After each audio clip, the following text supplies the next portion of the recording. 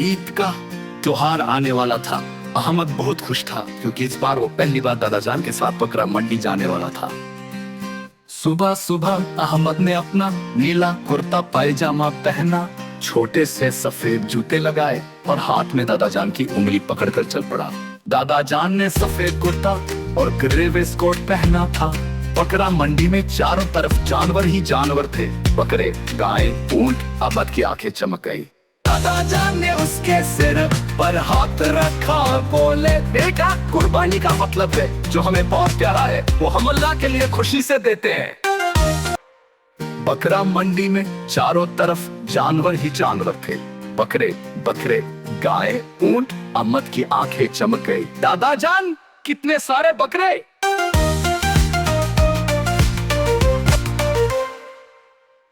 अचानक अहमद की नजर एक छोटे सफेद बकरे पर पड़ी। वो बहुत मासूम लग रहा था। अहमद उसकी तरफ भागा और बोला, दादाजान, यही वाला चाहिए, ये तो जैसे मुझसे बात कर रहा है। दादाजान मुस्कुराए।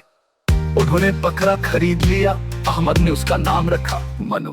अब हर दिन अहमद उसे घास खिलाता, पानी देता और उसके साथ खेलता। वो उसे कहानियां सुनाता और कभी कभी गले भी लगाता।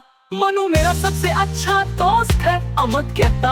लेकिन जैसे जैसे ईद पास आई, अहमद थोड़ा उदास हो गया। उसने दादाजान से पूछा, क्या हम मनु की कुर्बानी देंगे?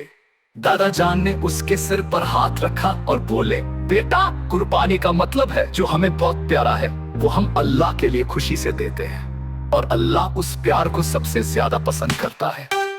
अहमद कुछ देर चुप रहा, फिर उसने मनु के गले में फूलों का हार डाला और बोला, मनु अब अल्लाह का मेहमान है। ईद के दिन अहमद की आंखें थोड़ी नम थीं, लेकिन उसके दिल में सुकून था। दादाजान ने उसे गले लगाकर कहा, आज तुम बड़े दिल वाले बन गए हो अहमद। ये कुर्बानी सिर्फ जानवर की नहीं, दिल की भी होती है।